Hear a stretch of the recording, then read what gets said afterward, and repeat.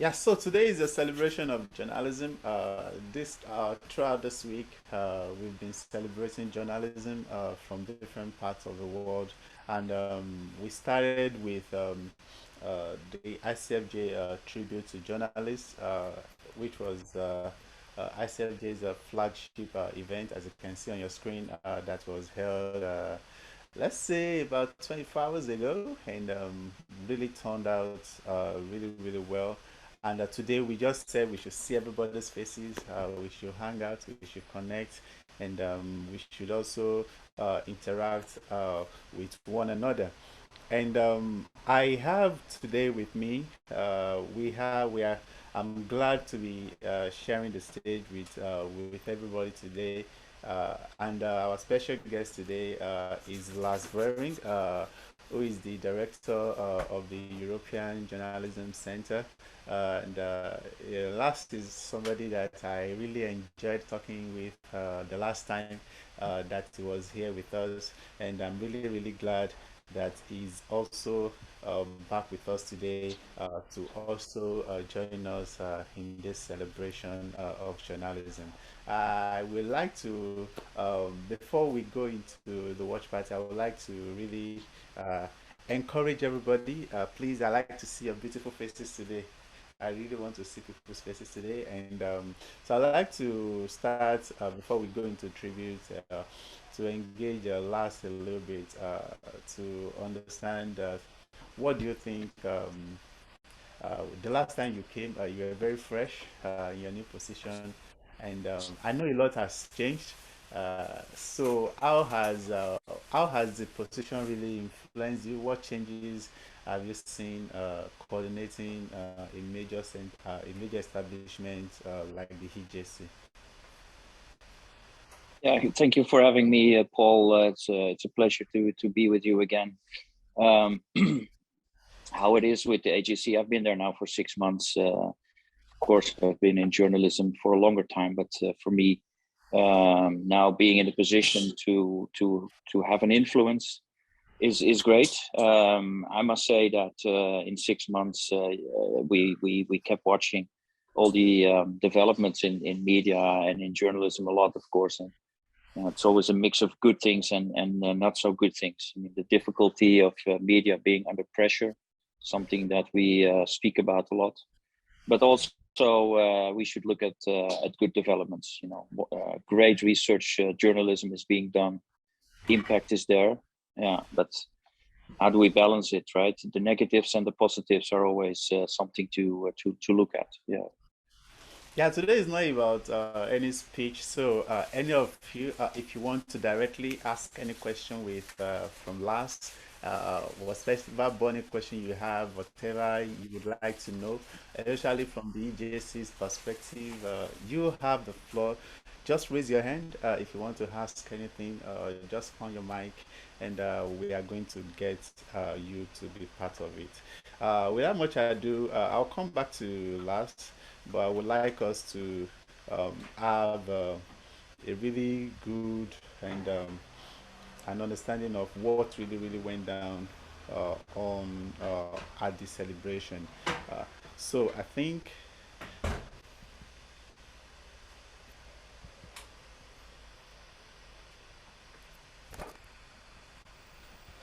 now this is one thing I don't like about my about my setup is the sound.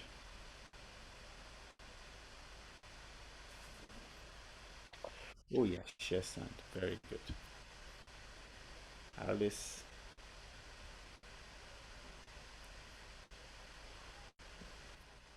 The Journalist Alice. 2021. Coming to you live, National Center for Journalists Tribute to Journalists 2021. Coming to you live from the CNS. Coming to you live, National Center for Journalists Tribute to Journalists 2021. Coming to you live from the CNS studios here Is in that here? Washington, D.C. I'm Wolf Blitzer, and since 2012, 2021. I'm getting Coming echo. to you Where is that live coming from? Is studios that here? here in Washington, D.C. I'm Wolf Blitzer. Oh, okay. Now I understand what's happening. Sorry. Sorry. Okay. Okay, sorry. You can It's been my great privilege to MC this really important event honoring outstanding journalists who help us understand vital issues, hold the powerful to account, and counter the rampant spread of disinformation. We're going to be hearing from Bill Whitaker, the legendary globe-trotting reporter of CBS News and 60 Minutes, and one of the best television journalists I know, Anne Applebaum, the Pulitzer Prize-winning writer with unmatched insight to the threats to democracies around the world. So, Lars, I'd like to know your opinion on the set of awardees that ICFJ had this year. Do you think, do you have any personal comment on the set of prize winners that we had this year? Personal opinion. Do you think they are great, or do you think, what's your assessment of these journalists? No, I think it's great. I mean, I could select one, of course, but it is the mix of things that shows how important it is. The wonderful thing about this is that it has a tribute at the highest level, and that the work is recognized. And what Wolf Blitzer was saying here, you know, holding power to account is one thing, but also this stopping this spread of misinformation, and very often deliberate spread of misinformation is crucial. And I think the awarded journalists this year are all a great example of that, to show what is necessary. And of course, they are supported by a high quality team very often. But that, I think, is the power of producing something at the highest level. Routine. Simply text ICFJ I want to ask somebody who will be willing to talk, but you can frown at me if he doesn't talk. Just want to talk. That's me. Frown at me. I'm sorry, Paul. I have an echo of the video in my ear, so I can't really hear your questions. Okay. I want to know if Miss Hannah Jakaye can talk. If she can't talk, just say, I'm looking at her face now. Just wave one finger at Paul. Don't do it. Can you talk? I hope. Yeah. Yeah, so I joined, like, I don't know, what are we supposed to talk about? Yeah, okay, yeah. My question for you is, I know you are also part of the team, but I don't know whether you were also part of this. You watched, or you can say anything about any of the award recipients. Which of them resonates well with you? Which of them do you know? Okay, I actually could not participate in the ceremony because I think it was happening at 1 a.m. Nigerian time. Yeah. So for me, and that was why I decided to join this event and see how I can catch up. But I think for me, it would be, let's say, the keynote address by Maria Ressa, because it's kind of signifies like what she stands for, or, you know, being awarded the Nobel Prize, the Nobel Peace Prize, and the fact that she has been at the forefront of confronting the government, and she has been a victim of gender disinformation in our country. You know, the government trying to pull her down. So she's like an inspirational example. So for me, what really stood out was the woman who gave the keynote address. I think it's an encouragement to us in this part of the world, to journalists in this part of the world, because sometimes we work in an environment where there could be some kind of repression, but at least we have to keep going. We have to keep going. We need to give people the information they need to make actionable decisions about their lives. And we also need to fight misinformation. So having her as a keynote address really stood out for me at the event. Thank you. Yeah, thanks for sharing that. I think I totally agree with you. And one of the things that I'm really happy is the fact that it's obvious that journalists are continually they're always at the front line of this. The job is to report the news, but sometimes while encountering the news, your life as a journalist could actually change. So thank you, Wolf, and thank you for emceeing this event for us each year. As 2021 draws to a close, it has never been more clear that we need journalists. We need them to protect our democracies and to keep us healthy and safe. This year brought the resurgence of a global pandemic we'd hoped to have beaten by now. Climate change became all too real, with widespread flooding, heat waves, wildfires, and more. We saw an unprecedented assault on the U.S. Capitol, spurred on by disinformation about the 2020 election. Autocrats from Nicaragua to Myanmar continue to tighten their grip. And journalists are under attack everywhere, from Belarus, where the government forced a plane to land just to arrest a journalist, to Afghanistan, where a vibrant free press was crushed in a matter of days. But the journalists we work with at ICFJ give me tremendous hope. Despite all the obstacles, they provide life-saving information on disease and climate threats. They reveal how corrupt leaders profit from others' misery. They help the truth go viral when so many are spreading lies. No one does that more than ICFJ's 2018 Knight International Journalism Award winner, Maria Ressa of the Philippines. She was named the 2021 Nobel Peace Prize laureate, along with Russian editor Dmitry Muratov.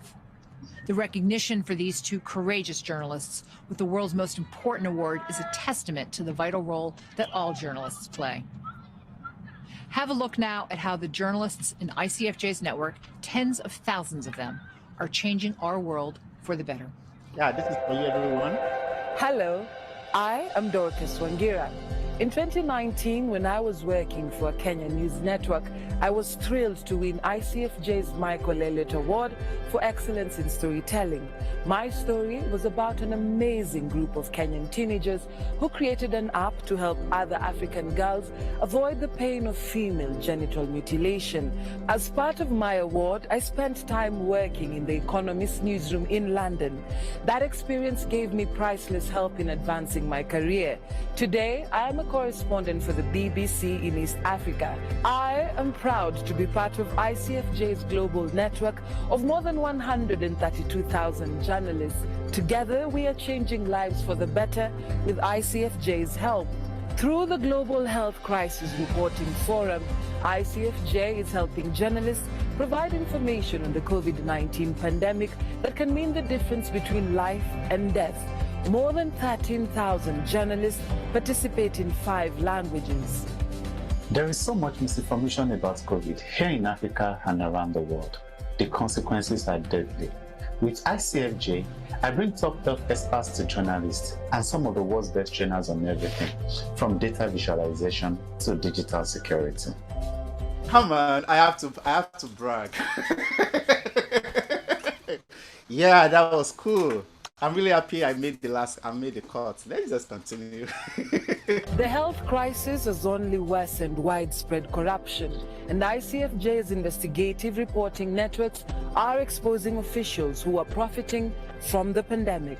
ICFJ helped me launch Salud con Lupa, Latin America's first investigative news site focused on health journalism. We reveal the officials and scientists in Peru who abused their power to get vaccines before the elderly and health workers. The result, Peru's president was impeached and 40 government officials resigned. ICFJ also is helping journalists cover growing communities of refugees. Through ICFJ program, I reported on the terrible situation of Syrian refugees who were denied entry to Turkey for cancer treatment. Turkey responded by opening the border for these patients.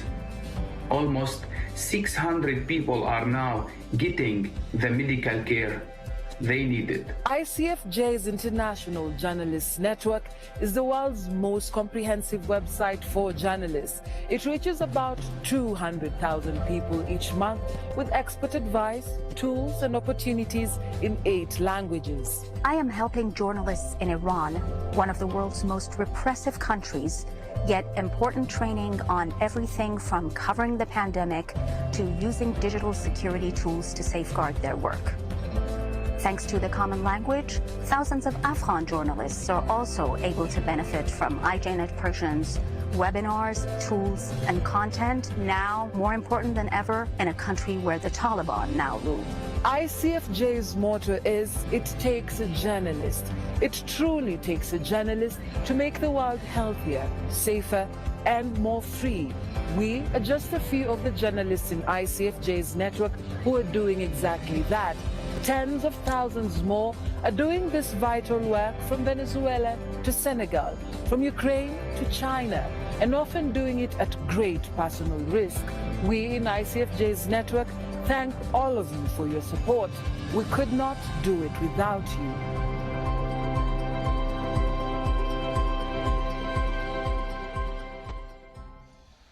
You can see why the work of ICFJ and the journalists we serve is so important. No other organization supports as many journalists as ICFJ, and our reach gives us an unparalleled ability to understand the needs of our profession across the world. Just one example. Women journalists everywhere have told us how online violence aims to silence them and drive them out of journalism. Media from the Washington Post to Le Monde to the BBC are taking note of our studies on this issue, and many news organizations are using our findings to take steps to protect the women who work for them. Maria Ressa herself has been the victim of sustained and organized attacks aimed at silencing her and shutting down her independent news site, Rappler. ICFJ published a big data case study examining 500,000 social media posts directed against her. And we co-lead the Hold the Line coalition of more than 80 organizations united to help her fight back. Here's Maria explaining just how important ICFJ's support has been for her. Hi, I'm Maria Ressa. You know, the last time the Nobel Committee awarded this prize to a journalist was in 1936, and he languished in a Nazi concentration camp. That's the signal that we're being given now, that this is a moment, an existential moment where being a journalist requires far more sacrifices. I am out. I'm in the United States the first time in 5 attempts that my government has given me back my right to travel. So I just wanted to say thank you, ICFJ, for helping us hold the line, being one of the 3 key partners in the Hold the Line coalition that has continued to help us. And then the second part is the big data study that Julie Passetti authored along with the University of Sheffield in a collaborative project with Rappler on the almost 500,000 social media posts that attacked me, 60% of which were meant to tear down my credibility, 40% to tear down my spirit. This is the world we live in today, where social media, really the veins of our society today, is filled with toxic sludge that are attacking journalists, women journalists more than others.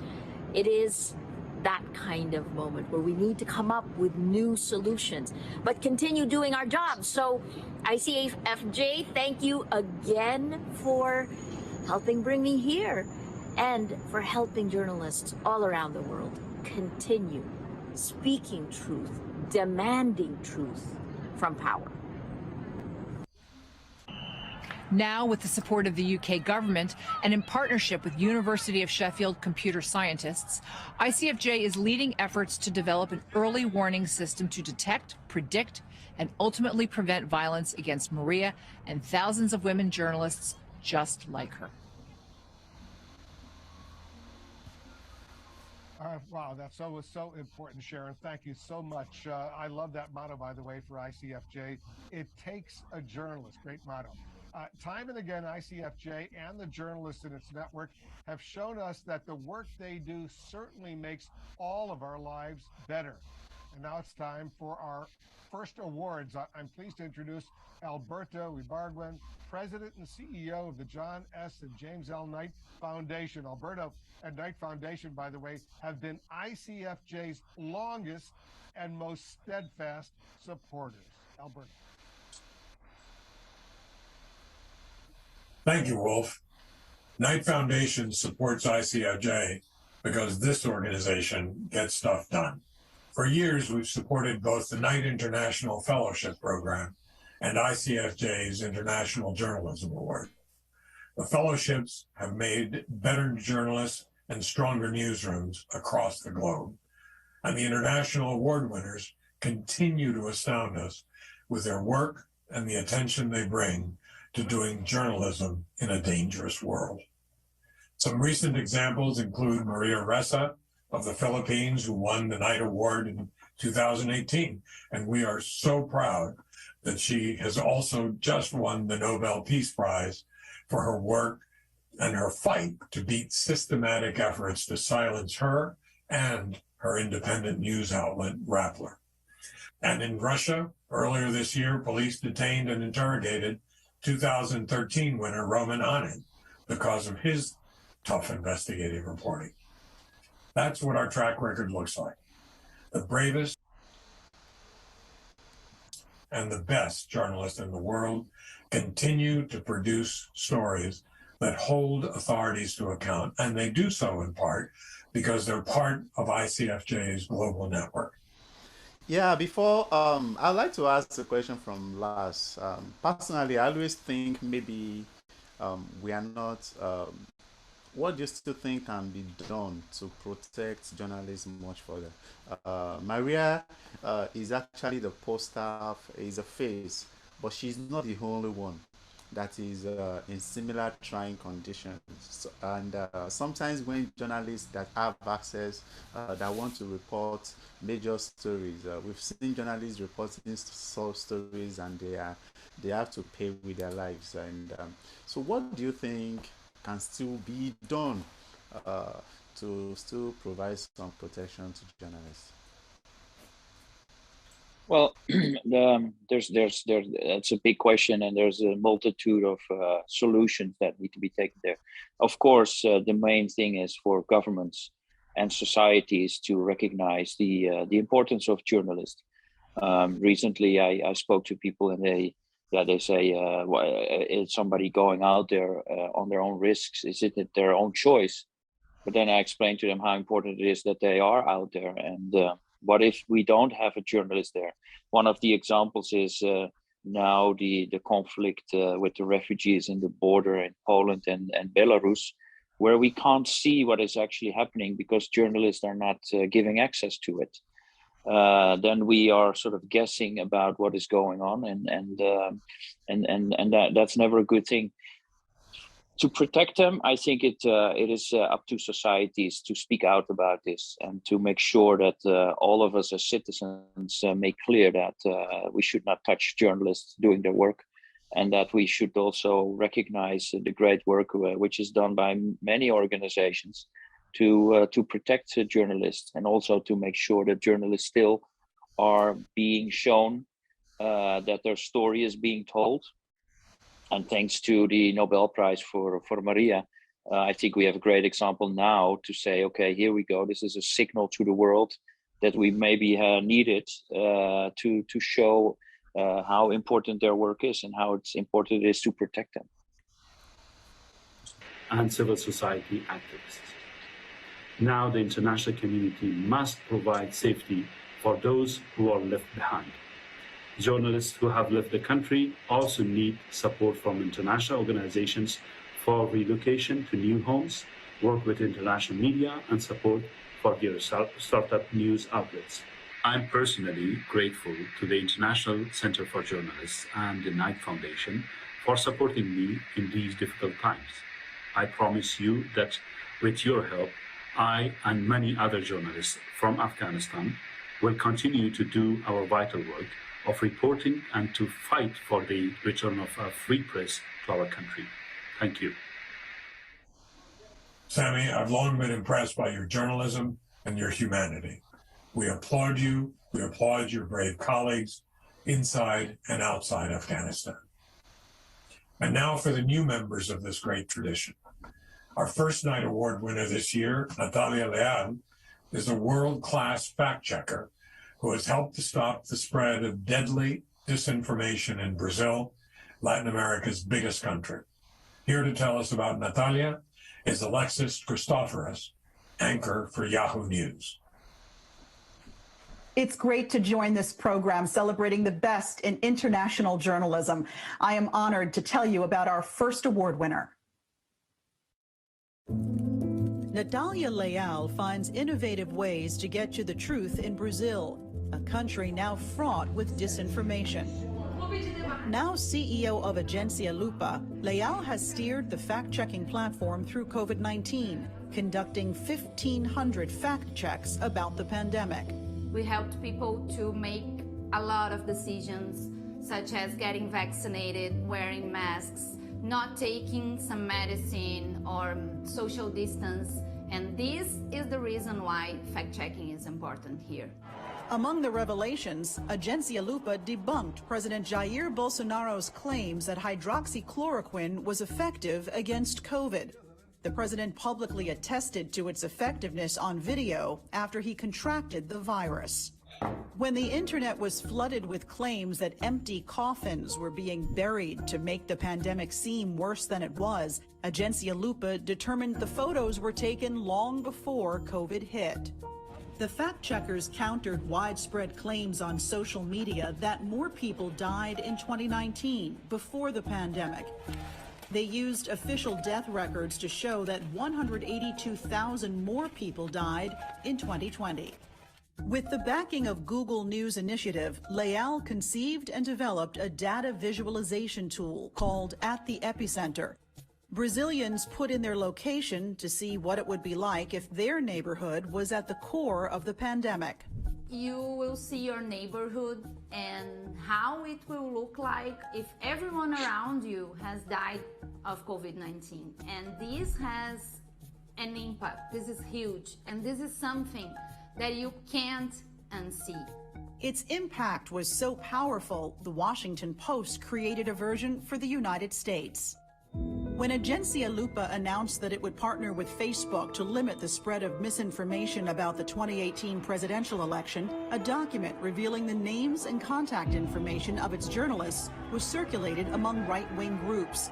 46,000 Twitter attacks, including death threats, were launched against Agência Lupa journalists within 2 days.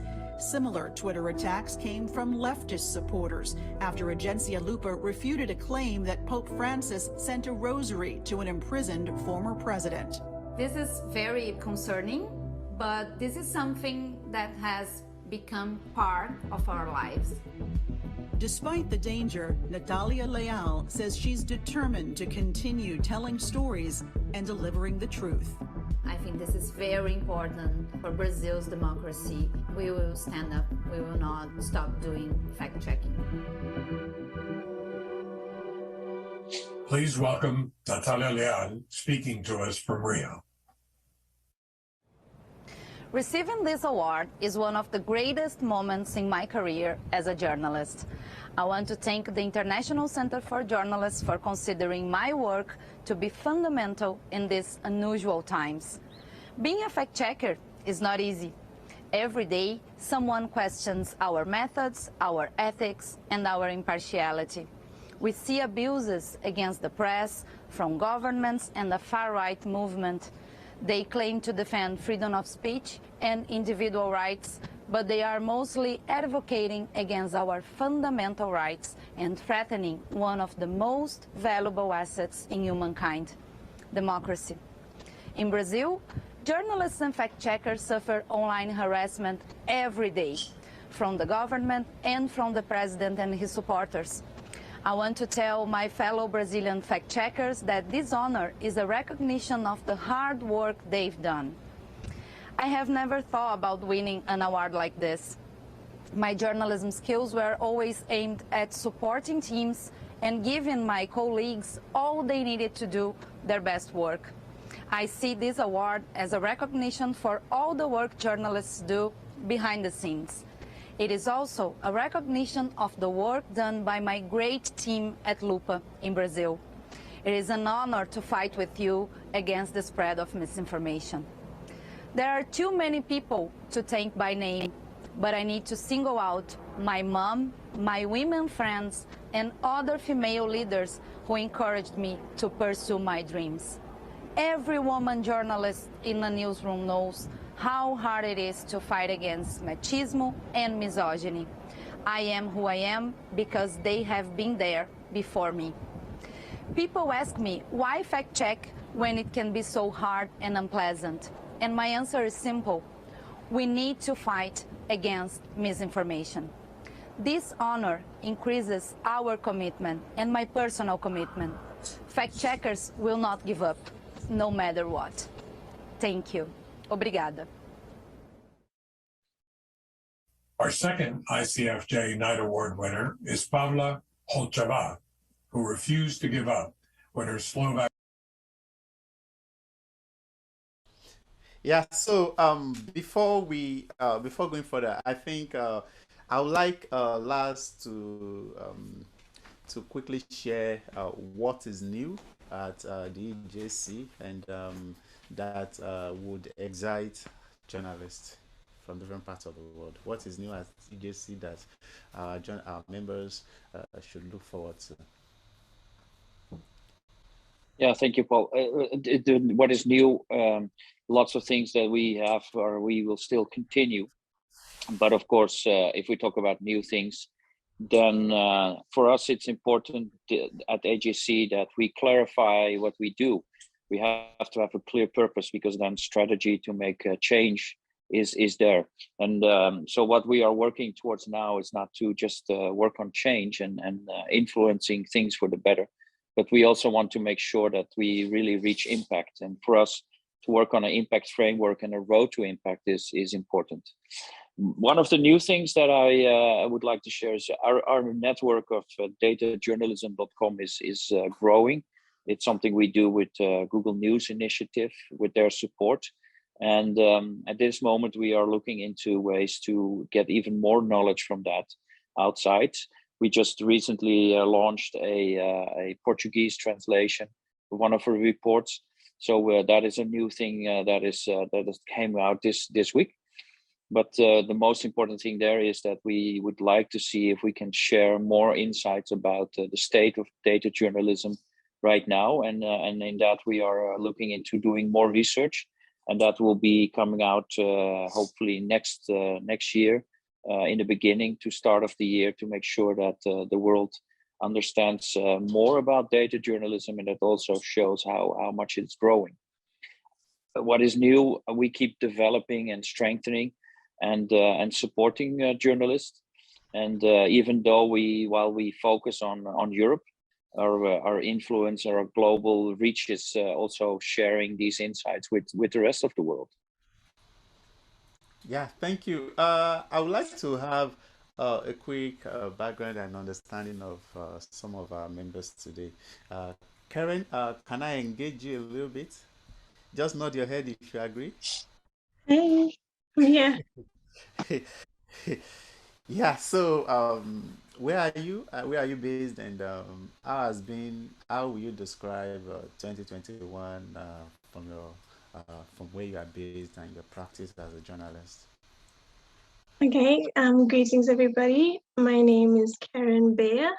I am located in South Africa. So I reside in South Africa, located there, grew up here, but I was born in DRC, Congo. Parents moved me in South Africa when I was very young for many reasons. And so I stay here. I am a journalism graduate. Finished my degree beginning of this year. And right now I'm just job hunting and also writing articles on the side while looking for a perfect job for me in my state. Being in South Africa in 2021, it is quite difficult as a lot of journalists have lost jobs since the beginning of COVID. For example, South Africa's SABC, which is a huge journalism network and media network, fired about 300 to 600 journalists, if I remember correctly, beginning of COVID. So any new out of university journalists are also finding it very hard to find employment. So we're now having to think outside the box on how to really have our say and also contribute to the works of journalism. I know a lot of friends who completely abandoned their passion for journalism due to financial struggles. So 2021 has been a lot for a lot of us, I would say. Yeah, I agree with you. So what has been your coping mechanism? Writing and basically just exploring what journalism is. When I started, I always thought it was, having your say and fact checking everything. I genuinely believe that a lot of stories that has been spoken about Africa in general have always been said by someone who's not within the community or within the cultures itself. It has always been said by an outsider.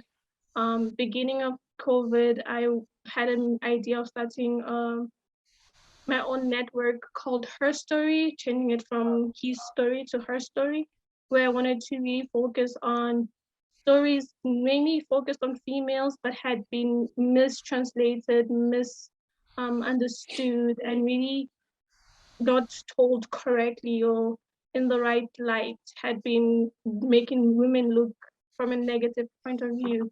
But it has been a lot. So it's still a project that I'm working on. Yeah, thank you very much. So Lars, what do you think I know we are still in 2021, but what do you think would influence the journalism landscape in 2022? And how do you think the ecosystem can be nicer to people like Karen? Well, it's what does the future bring? That is hard. I mean, one of the big influences will, of course, remain the restrictions that we might have from the pandemic, because we thought we had it under control, but when we see now that it continues to cause problems and shutdowns, and it makes it difficult. One of the big things and the questions in 2022 is how societies will engage with journalism, and how journalism will be continued to support.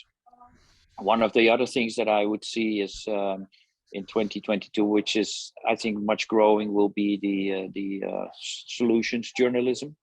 I think that is one of the things that to keep an eye on. Solutions journalism talks about solutions for a problem that already exists, and also shares with us the way to how we can look at solutions. So those are a couple of things that are out there, and I hope that the funding for journalism continues to be there, because that seems to be also a very important one. Hopefully, again, by the attention that we will have on journalism, this will be growing and will be supported even more.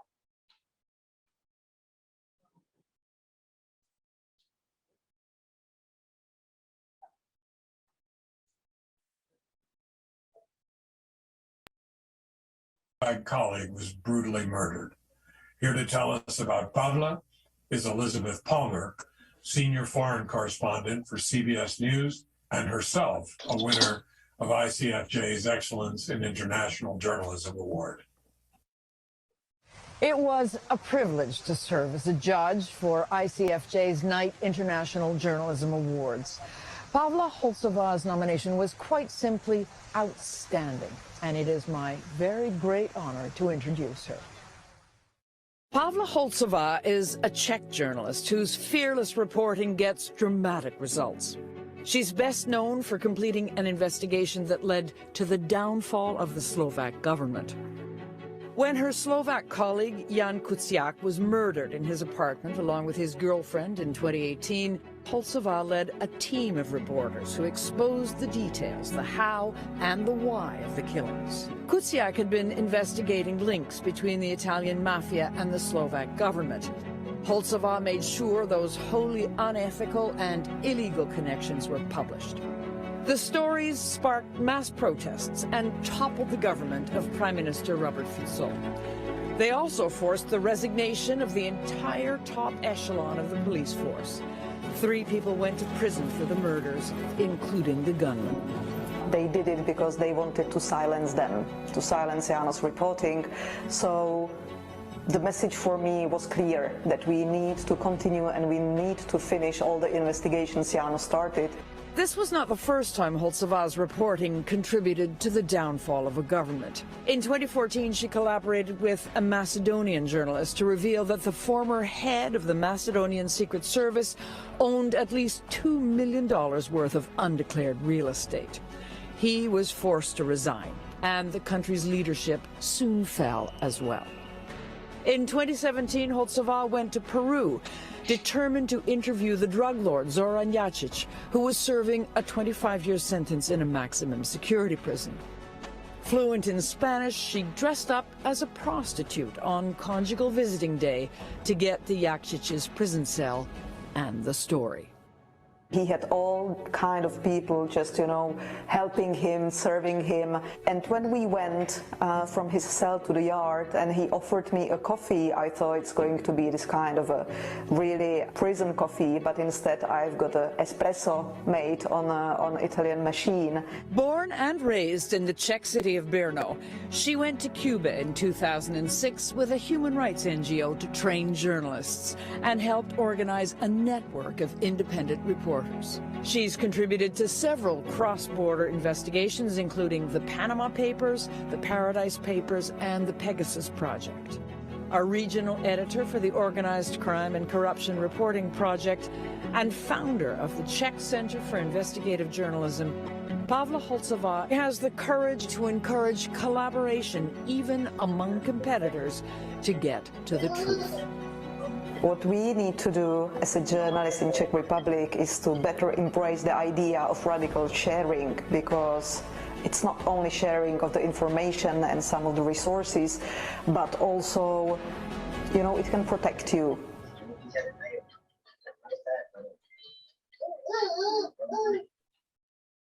Please welcome Pavla Holcová, speaking to us from Prague. I would like to express my thanks to ICFJ and all the people from OCCRP and Investigace who pushed me and my limits to be the journalist I am today. For me, it all started in a Cuban prison. I was a human rights defender supporting Cuban independent media and journalists, or what was left of them after a crackdown. Paul Radu, founder of OCCRP Network and previous recipient of this award, and I delivered training and equipment to dissidents. One morning, the police arrested us and put us in a tiny, dark room. Paul talked about cross-border investigative journalism, and I decided I wanted to be part of it. Luckily, I was naive enough to really do it. In 2013, I founded the Czech Center for Investigative Journalism with no money, no connections, no readership, no sources, and no idea how to run a media enterprise. That year, I did my first story with OCCRP about investments of the Azerbaijani ruling family in Czech Republic. I work on the story with Khadija Ismailova, who got arrested and sentenced to 7.5 years in prison for alleged financial fraud. So OCCRP created Project Khadija to send a message. You cannot imprison a story. We aim to finish Khadija's articles and expose the corruption of those in power. Khadija was released after a year and a half in prison with help from a lawyer, Amal Clooney. In 2015, a small team of us got hit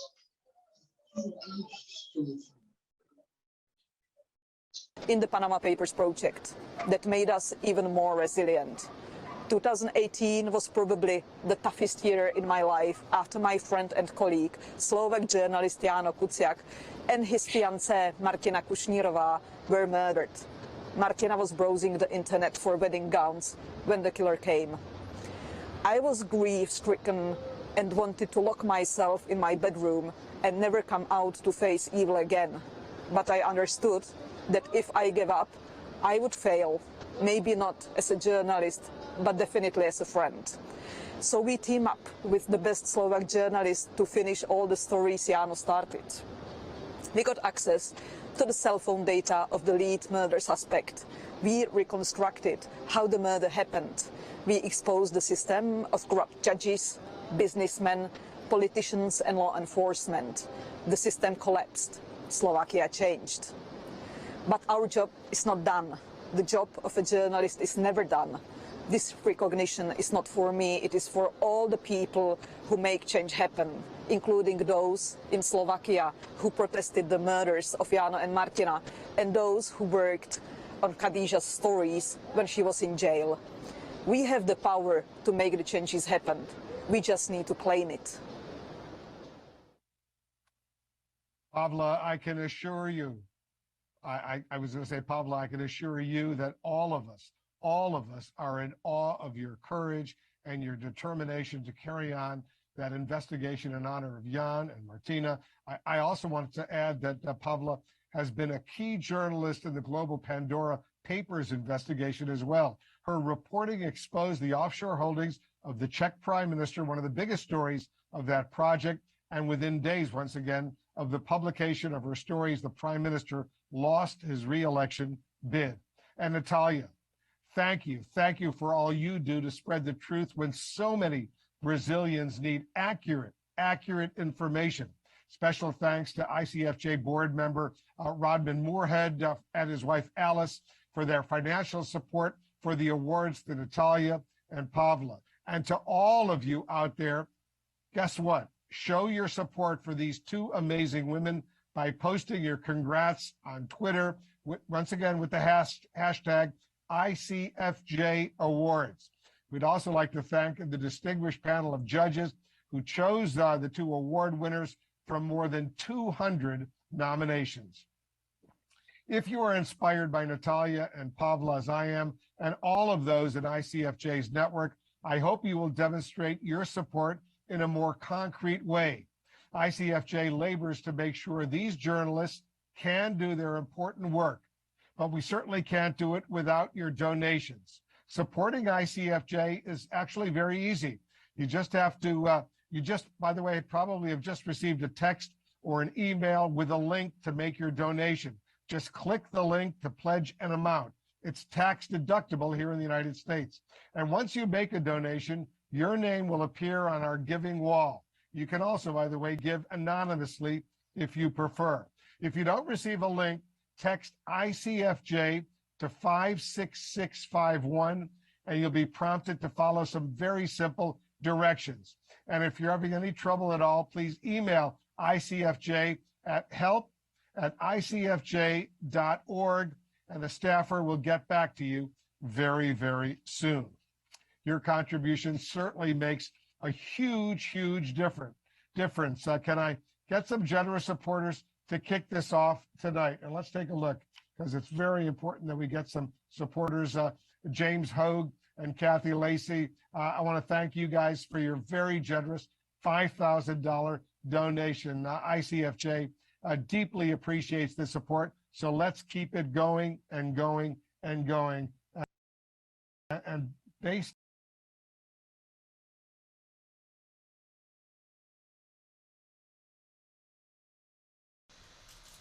I would like to come back to Lars regarding this issue of funding. How difficult or how easy has it been for organization to raise funding, and has your funding plans been impacted in any way by the pandemic, and how do you ensure that the kinds of support you are able to offer journalists continues irrespective of the funding situation?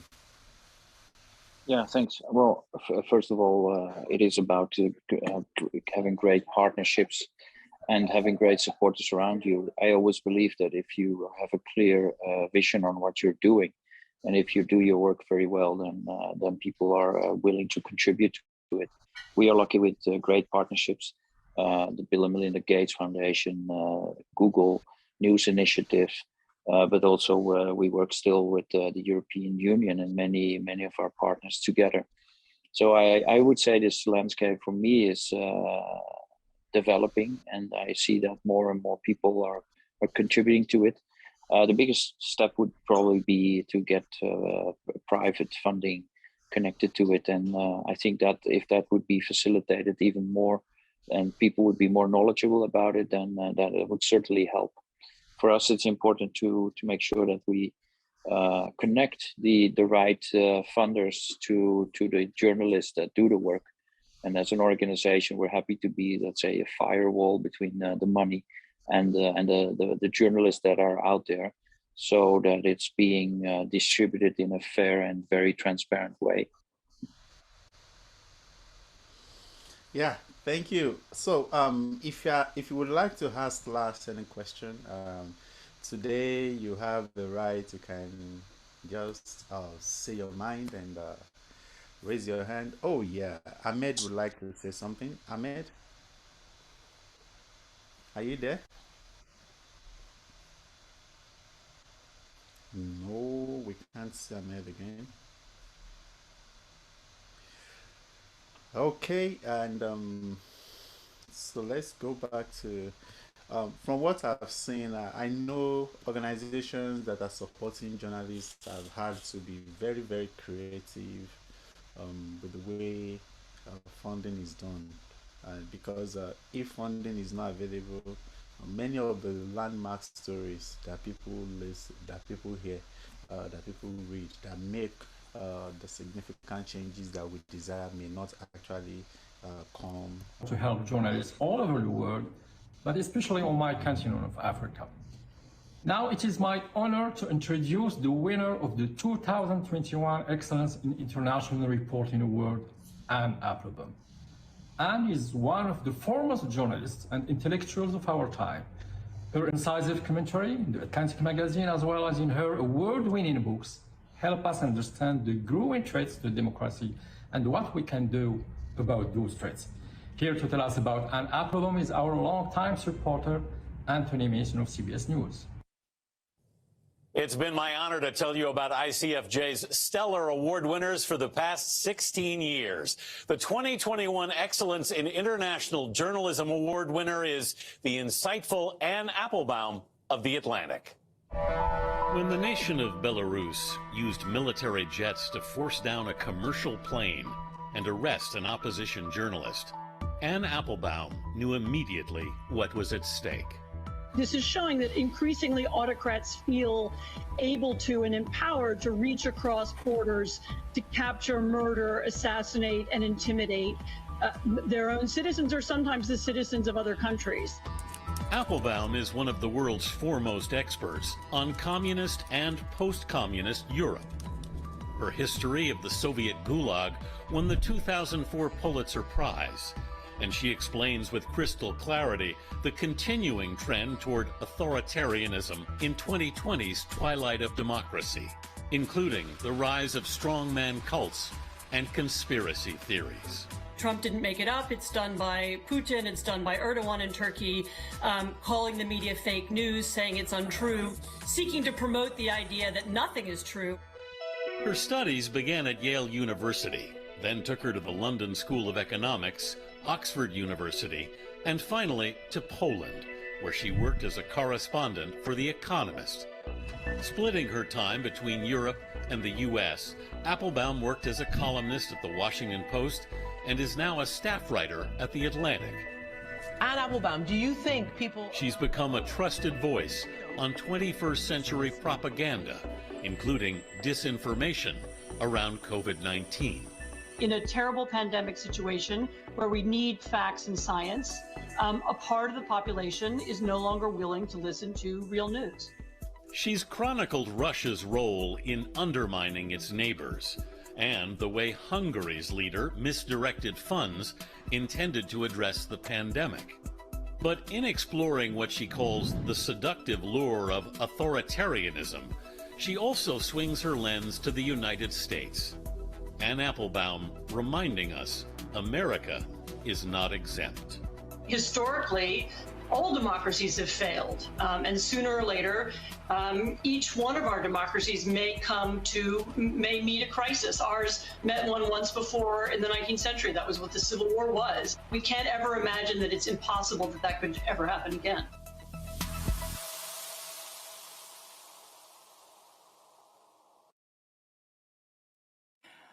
Colleagues, friends, and fellow journalists, thank you so much for this award.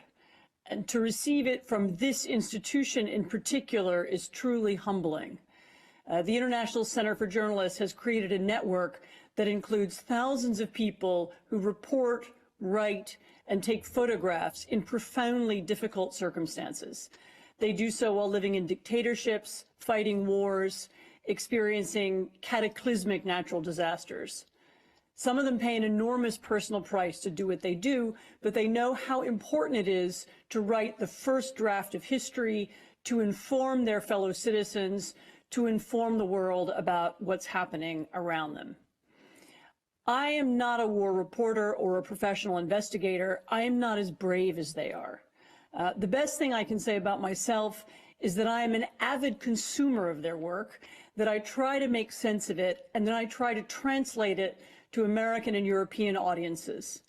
I believe very deeply that what happens in one part of the world can shape the reality in another part, and that this works in both directions. Bad decisions made in Washington or Berlin or Paris can affect people in Kiev or Cape Town or Sydney. But by the same token, corruption or violence that originate in Kiev or Cape Town or Sydney can have a big impact on political life in Washington or Berlin or Paris. The Syrian war seemed far away to Europeans until a refugee wave from Syria altered European politics. Russian experiments with mass disinformation seemed an exotic problem to Americans until it affected an American election. As the COVID pandemic taught us, our world is now deeply integrated, whether we want it to be or not.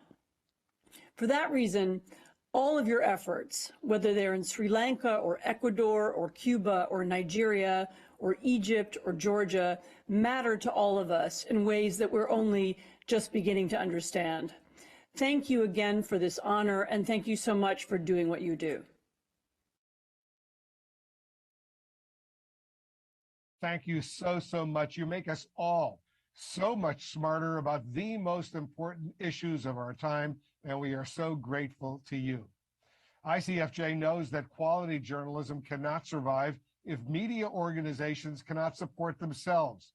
In ICFJ's work with the Facebook Journalism Project, media outlets from Mexico to Germany, Indonesia to the United States are learning how to succeed in a rather difficult economic environment.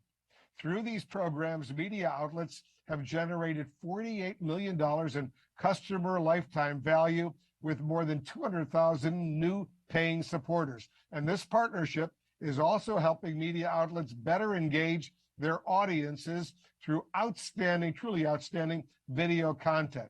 More than 142 newsrooms, by the way, in 21 countries have participated in these video accelerators, as they're called.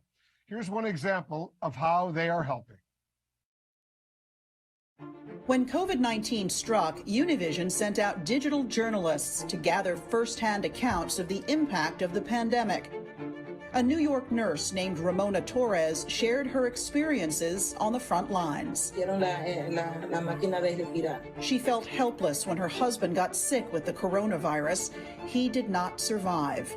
The COVID stories were the first big undertaking for Univision's 18 local news websites across the United States after participating in an ICFJ program with the Facebook Journalism Project. The Video Accelerator trained their journalists to shoot and produce original online content and transformed Univision's online presence nationwide. Hilda Garcia oversees digital news for Univision's local stations. We started to see the growth of video consumption in all our 18 different markets. Our audiences were more engaged with the video and they were doing more interaction through all the platforms.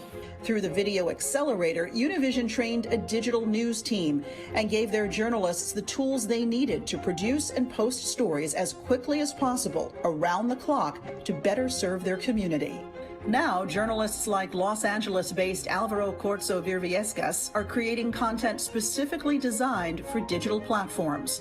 So the impact after the accelerator was immense. Not only the quantity, but the quality of our storytelling. We were able to create original videos on a daily basis that was unheard of on our team. Univision's local digital teams are now cranking out at least 20 videos a day. Some are narrated. Some are first-person accounts, like the COVID profiles. And some spell out the story instead, like this one, showing a Florida man rescuing his dog from the jaws of an alligator, a format friendly for social media. The only thing I wish is that this program came to us way before, because now we are excelling on our production of original videos.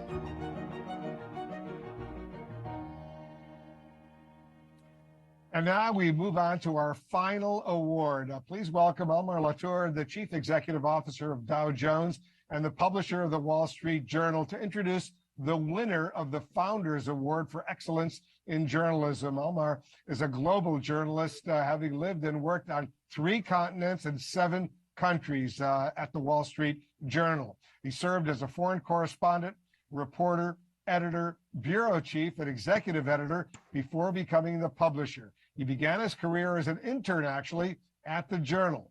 Thank you. Thank you for being with us, Elmar.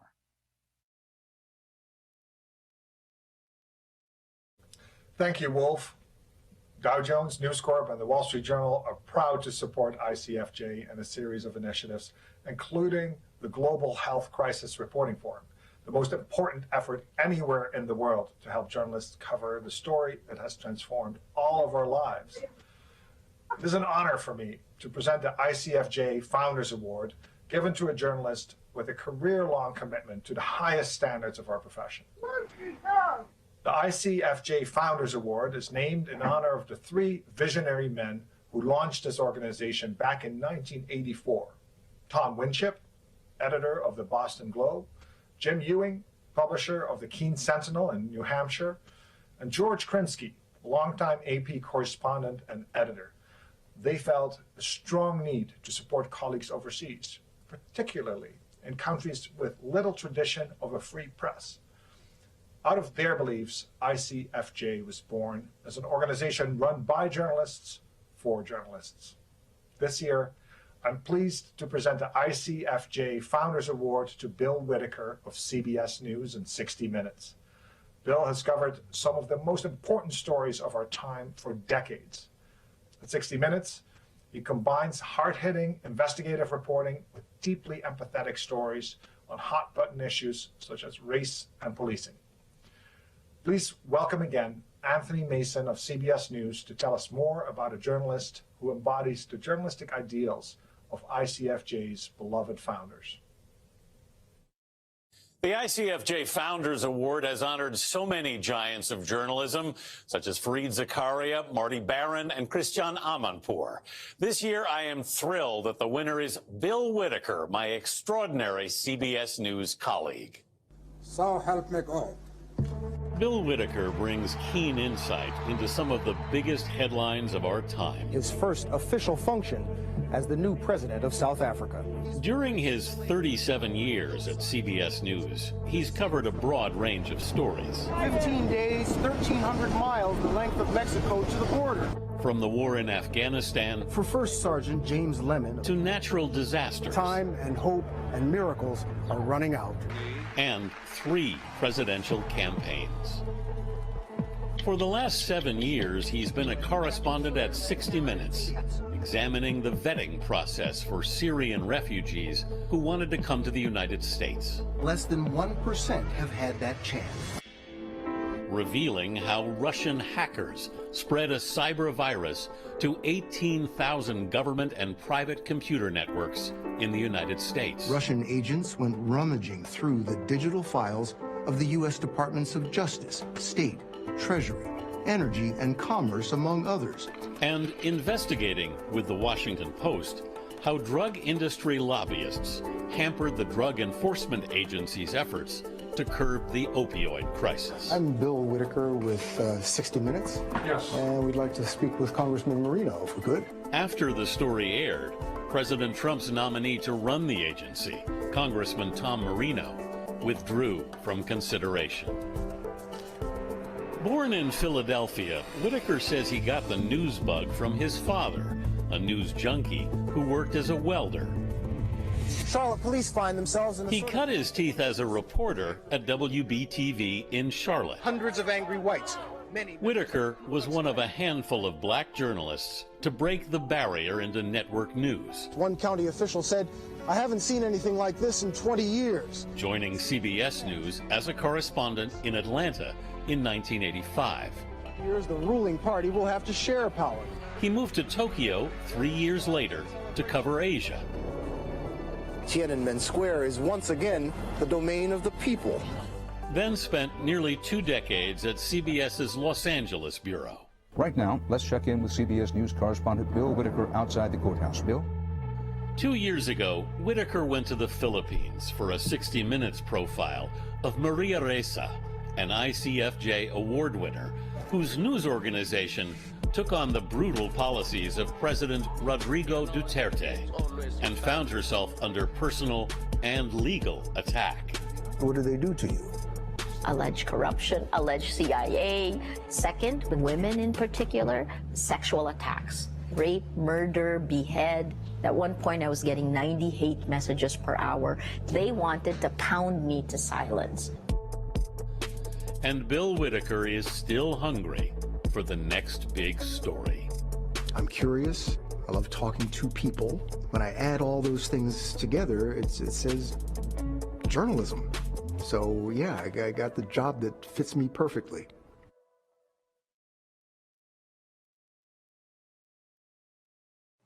Good evening. First, congratulations to Anne Applebaum on her ICFJ Excellence in International Reporting Award.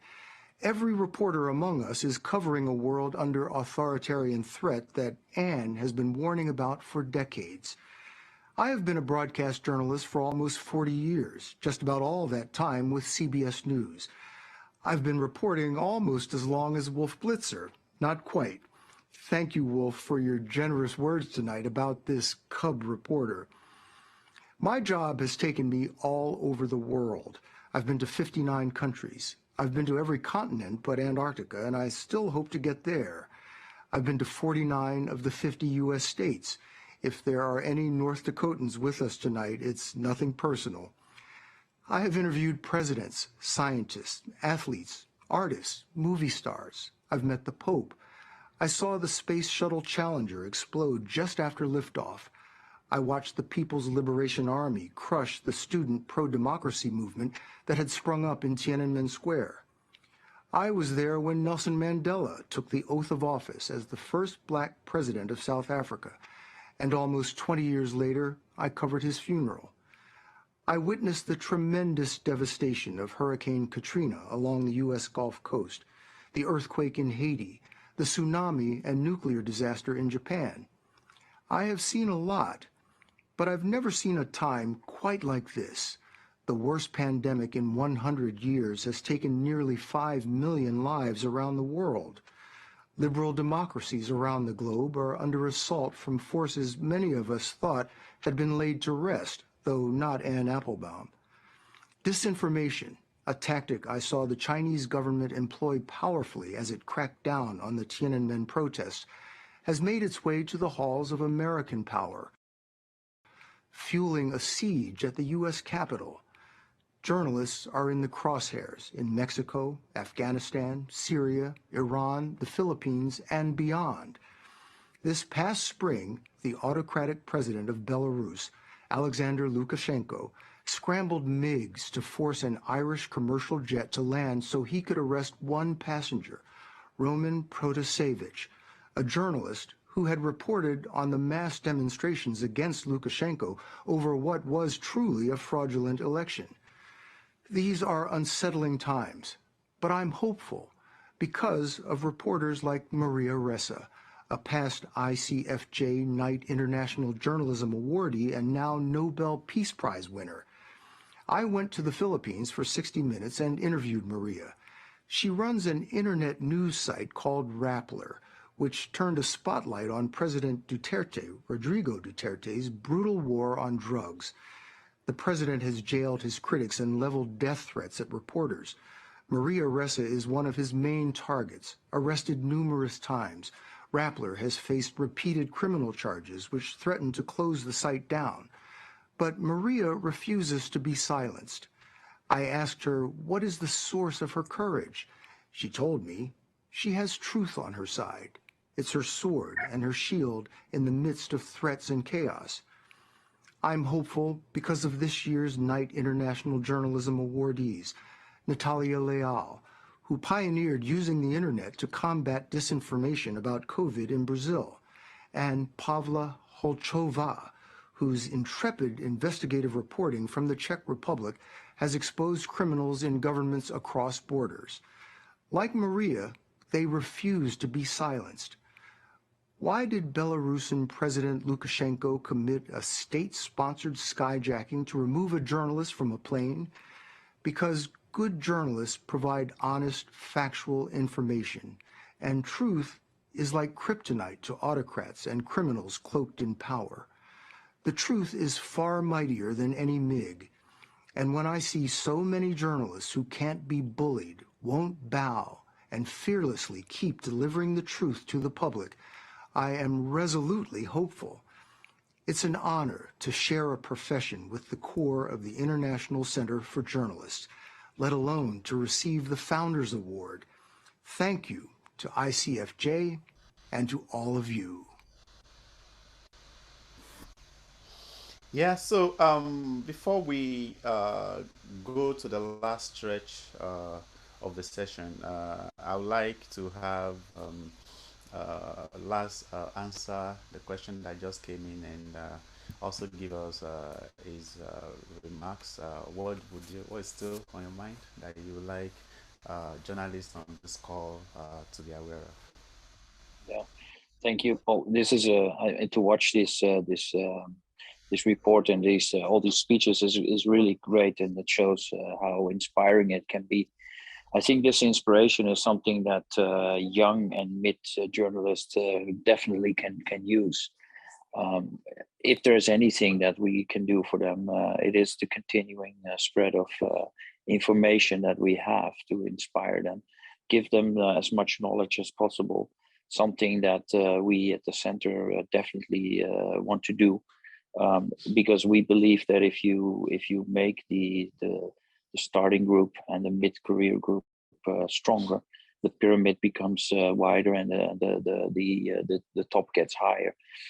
What I would say to young and mid-career journalists is keep using all the tools and all the abilities that are being made available for you, but also make sure that you learn how to work with the grants money that is available, and the knowledge that you can find through many of the organizations that support journalism at large. And so if you do that, I wish you all the strength and luck with it. Any passing comments for those that are not young journalists? Perseverance and network. Make sure that you stay part of a community. There is so much help out there. There's so many people out there that are willing to share knowledge and to share network. I truly believe that this cooperation is crucial, because it builds you a network for the future that you can rely on, and also that can support you. So I hope that people are successful in that and keep that in mind. Yeah, so thank you very much. I don't know if so can you just I would have said everybody should open their mics and thank Lars for joining us, but that would be a very rowdy session. So thank you very much. Let's look at the last take of the event, and I'll go back with my closing remarks. We're almost done. Oh, sorry, I think there is a hand raised. Karen, please take off your mic and Okay, lot was happening. I have a question for you, sir. AGC, is there like a office here in South Africa where I can get connected into, or where are you guys located generally? We are located in Maastricht, in the south of the Netherlands, and but also with an office in Brussels. We through our website, you can definitely find ways to communicate with us. And if we can't answer the question that you have, we have a big network, and we could always help you to get in touch with the organizations that will be the most fitting for your question. So look at agc.net. And you'll find ways to be in connection with us, and of course follow our socials, because that's where we share a lot of insights and lots of information with the journalism network globally. Thank you so much. This just came in for you. Can you see it, Lars? No, I didn't see. I can't see this. Okay. It's not in my screen. Just if you have the question. Yeah. How do you plan to combat? The issue of media personalities who are not journalists replacing journalists around the world in their professions? That's a big question. To be honest, we talk a lot about these days about how the hierarchy in media has almost disappeared. Sometimes we have to realize that somebody that has not a journalistic background or is not backed up by a big journalist medium can reach a large audience.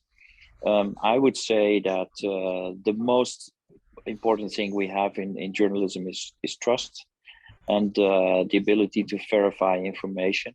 Professional work will always be something that continues over the let's say the one-off that we sometimes see from an audience participating.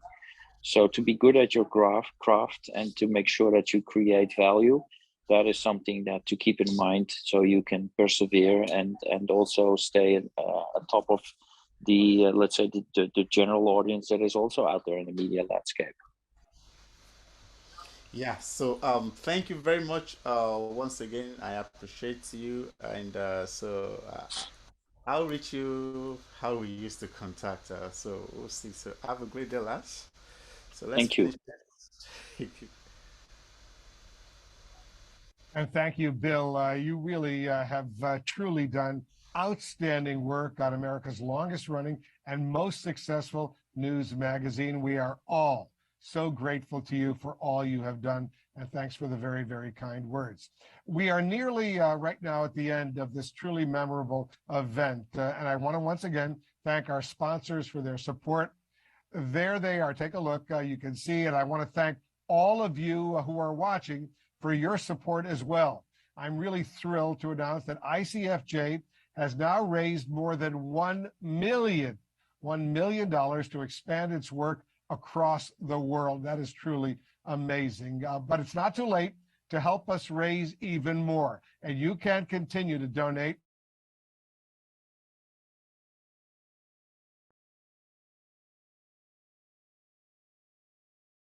And Liza Donnelly cartoon as well until 10 p.m. Eastern time.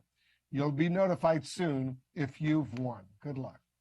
Before I turn it back over to Sharon Moshavy, I want to invite a few friends to join me in thanking the woman who has done so much to build ICFJ into the journalistic powerhouse that it is today. And I'm talking about Joyce Barnathan, who has just retired after 15 years at the helm. She is truly amazing, and we are so grateful to her.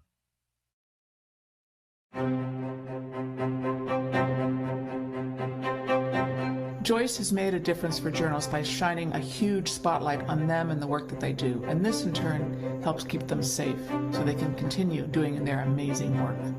And if it weren't for Joyce and ICFJ, there would be less transparency and public scrutiny of government, business, and public policies around the world. Because of Joyce, so many more people now know that it really does take a journalist to do great work. Joyce has made a difference for journalists through her leadership of ICFJ, based on her clear belief in the highest and best principles of journalism. Because of Joyce, ICFJ is in a great position heading into its next chapter. Thanks, Joyce. Thank you for everything you've done for journalism and for freedom of the press. Joyce has made a difference for journalists by her vision, energy, and dedication. I always keep in mind something Joyce kept on saying, and it always keeps me on my toes, and that is, where is the journalism? If it weren't for Joyce and ICFJ, the Nobel Committee may not realize what true bravery in journalism looks like. ICFJ is smarter and stronger because of Joyce's vision, her tenacity, her unbelievable energy, and her charm. Joyce, you're a hard woman to resist. You're going to be sorely missed.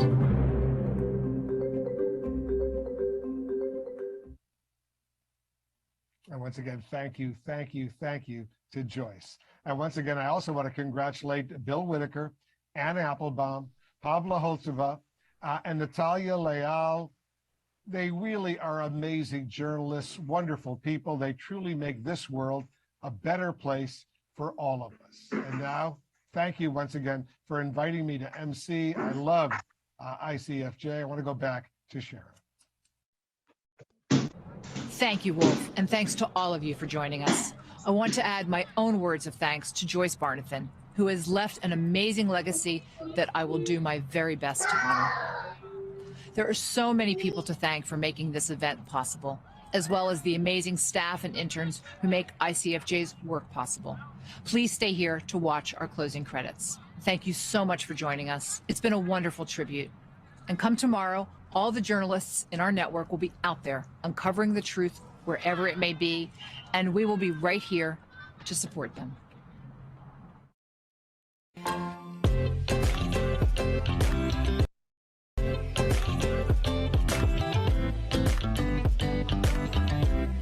Yeah, so let me also be thanking you guys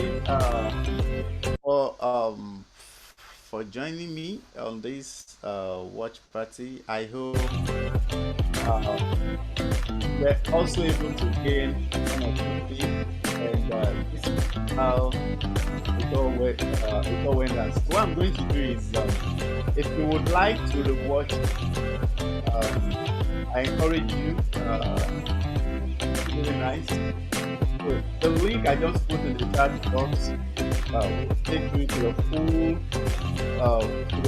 production, and you'll be able to see how it all went down.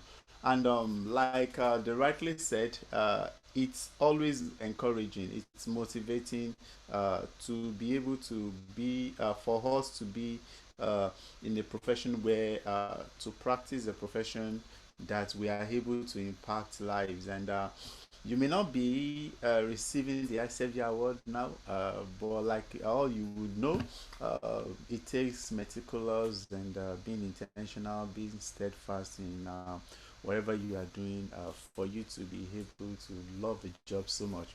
I love journalism a lot. I really love reporting, and if you also love it so much, I know in your little way you would also be gaining recognition. So I encourage you to really make use of the tools that we have on the tools that we have on the ICFJ website to gain more information about the initiative, to also gain more information about how we are actually going about supporting journalists, and it will also give you more information about how we intend to really support you. So for information about the ICFJ's Global Health Crisis Reporting Forum, please visit www.icfj.org, and for you to be able to access our resources for journalists, I encourage you to visit www.ijnet.org. And I would encourage you for you to also have your picture and your details on the mosaic that the ICFJ is putting together. It's been amazing. I really appreciate you for what you do. It's because of you guys that we are here, and I hope you will continually be part of our community. So thank you very much, everyone, and I wish you a lovely and amazing day. Have a great one.